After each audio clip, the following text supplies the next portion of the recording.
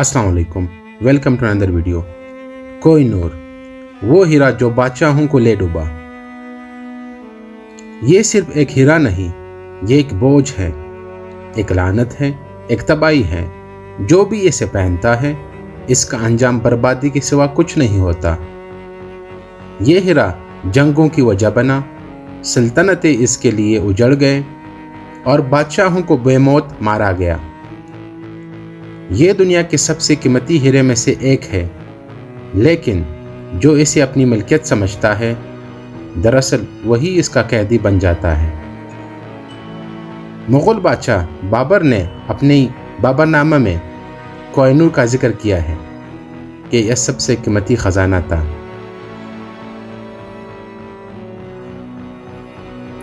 कहा जाता है कि ये कहानी 800 साल पुरानी है।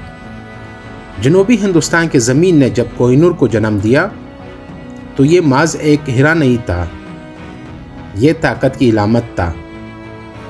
जिसके पास ये हीरा था, लोग इसे नाकाबिल शिकस्त समझते थे।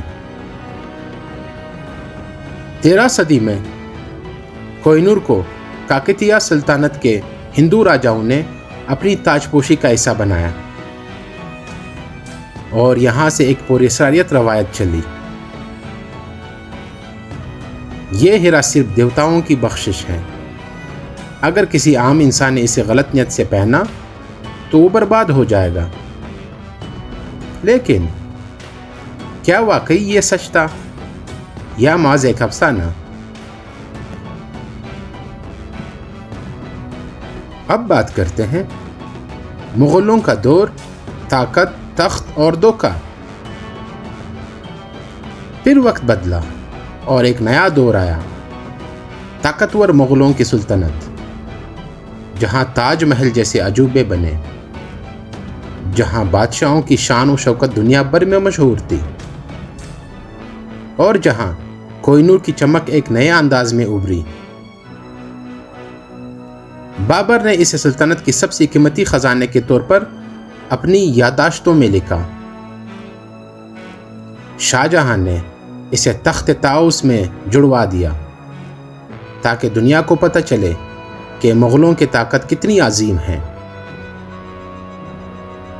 लेकिन फिर कोहिनूर की नौसत ने सर उठाया।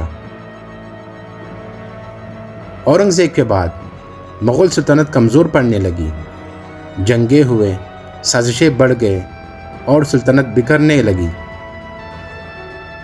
क्या यह सब एक इत्तेफाक था या कोहिनूर वाकई नौसत था? अब बात करते हैं ईरानी बादशाह नादर शाह, हीरा हाथ में आते ही कत्ल। 1739 में एक खूनरेज जंग हुई। दिल्ली की गलियां खून से सुर्ख हो गए। ईरानी बादशाह नादर शाह ने हिंदुस्तान पर हमला किया, लेकिन इसकी नजरें जमीनों पर नहीं, खजाने पर थे। मोहम्मद शाह रंगीला के दरबार में नादर शाह ने तख्त ताउस देखा और इसके ऐन बीच में चमकता कोहिनूर। इसने हीरे को हाथ में लिया और कहा, ये तो कोहिनूर है, यानी रोशनी का पहाड़। चंद साल बाद नादर शाह को अपनी ही सिपाहियों ने कत्ल कर दिया। लेकिन एक और हुक्मरान जिसने कोहिनूर को पाया और फिर बर्बाद हो गया।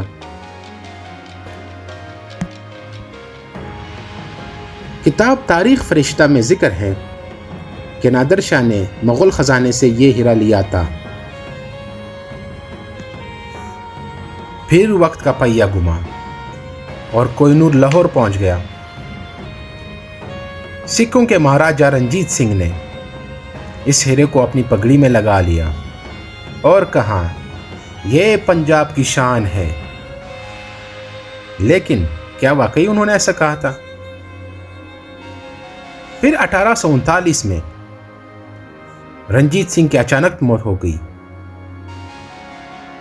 चंद साल बाद इसके बेटे कत्ल हो गए। सिख सल्तनत खत्म हो गई और कोहिनूर की नौसत एक बार फिर जीत गई। यही लम्हा था जब लोग कहने लगे कोह नूर बादशाहों को कहा जाता है। अब बात करते हैं अंग्रेज़ों की चालाकी और सबसे बड़ी चोरी के बारे में। 1849 यानी 1849 में बरतानवी साम्राज्य ने पंजाब पर कब्जा कर लिया, लेकिन असल लड़ाई जमीन के लिए नहीं, कोह नूर के लिए थी। बरतानवी फौज ने 11 साल महाराजा दलीप सिंह से जबरदस्ती ये हीरा छीन लिया और कोह नूर को लंदन रवाना कर दिया गया। और 1850 में मलिका विक्टोरिया के हाथ में पहुंच गया। इसी तरह एक और बादशाह जिसने कोह नूर लिया और जिसका सूरज हमेशा के लिए डूबने वाला था। इसी हवाले से बरतानवी मुरख विलियम डेलरम्पन ने अपनी किताब Koh Noor the history of world most infamous diamond में लिखा कि यह हीरा हमेशा अपने मालिक के जवाल का सबब बनता रहा। और बात करते हैं बरतानवी शाही खानदान और कोह नूर का नौसत। मलिका विक्टोरिया का शौहर जवानी में मर गया। किंग जॉर्ज पंजम और किंग जॉर्ज 6 यानी शशम की हुकूमत मुश्किलात में घिरी रही और आज तक बरतानवी शाही खानदान कोह नूर को किसी बादशाह के ताज में रखने से घबराता है।